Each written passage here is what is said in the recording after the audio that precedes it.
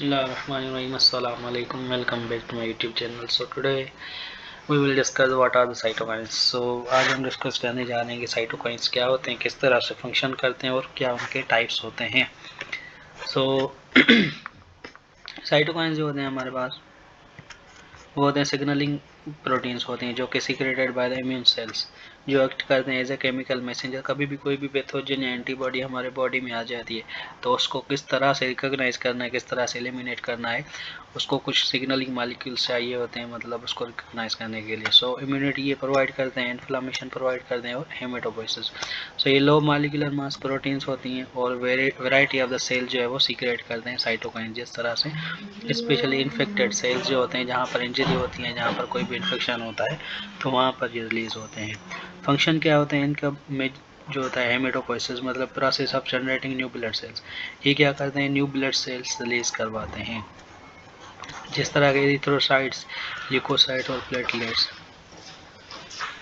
From multipotent haemopoietic stem cells. ये हमारे पास मल्टीपोटेंट हेमोपोएटिक स्टेम सेल जो है वो बोन मेरो में मौजूद होते हैं. फिर इनकी जो है वो प्रोलिफरेशन डिफ्रेंसिएशन वगैरह होती है, तो इन जो है वो प्रोलिफरेशन और डिफ्रेंसिएशन होती है. इन द एंड जो है वो हमें नए सेल जो है वो बनते हुए देखने को मिलते हैं.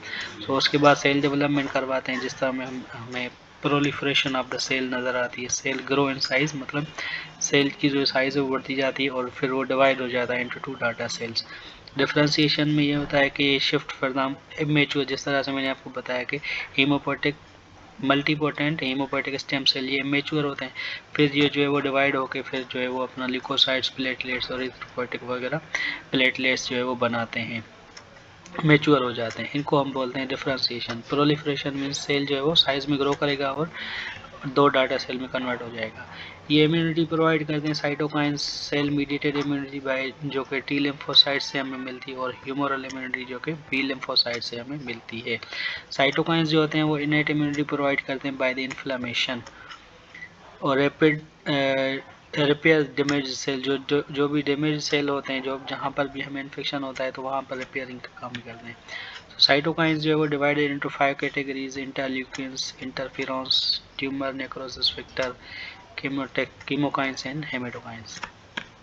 सो इंटरल्यूकिन्स क्या होते हैं कि लार्जर ग्रुप होते हैं सीक्रेटेड बाय द ल्यूकोसाइट्स.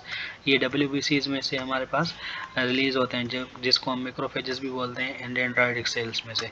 ये क्या करते हैं, रेगुलेट करते हैं इम्यून सेल कम्युनिकेशन. मतलब कहीं पर भी अगर हमें इन्फेक्शन हुआ है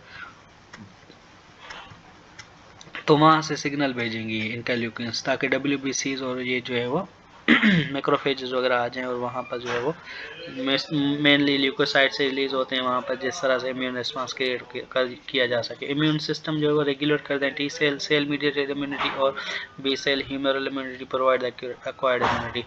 इन दोनों को हम मिला के क्या बोलते हैं, ह्यूमरल इम्यूनिटी को और सेल मीडिएट इम्यूनिटी को हम बोलते हैं acquired immunity. Acquired immunity second line of defence होती है, जो कि हमें जब स्किन से डैमेज, मतलब स्किन और फिजिकल बैरियर क्रॉस करके जब इनेंट इम्यूनिटी फेल हो जाती है तो उसके बाद जो है वो सेकेंडरी इम्यूनिटी कौन प्रोवाइड करते हैं, cytokines and interleukins. Haemopoietic cell differentiation होती है. इसमें ये होता है कि मल्टीपोटेंट हीमोपोएटिक स्टेम सेल जो होते हैं, मैंने आपको पहले भी बताया कि ये स्पेशलाइज सेल्स होते हैं जो कि मेच्योर जो कि स्पेशलाइज में कन्वर्ट हो जाते हैं into all mature blood cells और इम्यून सेल में. पहले ये मेच्योर होते हैं, उसके बाद ये मेच्योर में कन्वर्ट हो जाते हैं. इंटरफेरेंस जो होते हैं वो ग्रुप ऑफ सिग्नलिंग प्रोटीन्स होती हैं, साइटोकाइंस होती हैं, जो कि release by the host cell. Interferons जो होते हैं वो रिलीज होते हैं होस्ट सेल से, जिसमें जो है वो कोई भी इन्फेक्शन या कोई भी एंटीबॉडी अगर बॉडी में आ गई है तो उनके रेस्पॉन्स में, in the response to the pathogen के रेस्पॉन्स में, जिस तरह वायरस हो गया, बैक्टीरिया हो गया और ट्यूमर सेल्स वगैरह हो गए, जिसमें से हमारे पास इन द एंड आगे चल के कैंसर हो जाती है. सही है. तो ये ग्रुपिंग प्रोटीन्स होती हैं, ग्रुप सिग्नलिंग प्रोटीन्स होती हैं जो कि release by the host interferons, ताकि पता चल सके कोई भी फॉरेन पार्टिकल हमारे बॉडी में आ गया है. उसके बाद एक chemokines primarily attract the leukocytes. ये क्या करते हैं कि ल्यूकोसाइट्स को जो है वो अट्रैक्ट करते हैं, जिस तरह से न्यूट्रोफिल्स हो गए, मोनोसाइट और lymphocytes, to the site of infection. और फिर क्या करवाते हैं, एक्टिवेट करते हैं कीमोटेक्सिस को. हेमेटोकाइंस जो होते हैं वो हार्मोन लाइक प्रोटीन्स होते हैं जो कि लिवर सेल से सीक्रेट होते हैं. हेमेटो जो है वो लिया गया है मतलब लिवर सेल से. हेपाटोसाइट्स है ये सो हेमेटो मीन्स ब्लड, हेमेटोकाइंस। सो ये ब्लड में से रिलीज होते हैं, जो कि हेपाटोसाइट सेल्स जो होते हैं वो रिलीज करते हैं। That's regulate the energy metabolism, inflammation को भी जो है वो रेगुलेट करते हैं, और इंसुलिन सेंसिटिविटी को भी रिलीज मतलब एक्टिवेट करते हैं, हम रेगुलेट करते हैं।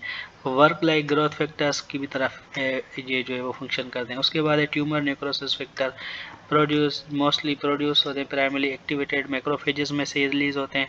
जो हमारे पास WBCs होते हैं उसमें से ही हमारा ट्यूमर नेक्रोसिस फैक्टर रिलीज होता है, और इंड्यूस करता है हमारे पास inflammation by binding to receptors on the other cell.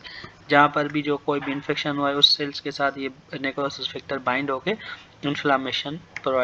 Inflammation करवाता है, इंड्यूस करता है, और इम्यूनिटी, इनेट इम्यूनिटी प्रोवाइड करता है। That's all for the today's lecture. Thank you so much for watching. आप अगर पसंद आया तो दूसरों के साथ भी शेयर करें और लाइक और सब्सक्राइब करें। Thank you so much.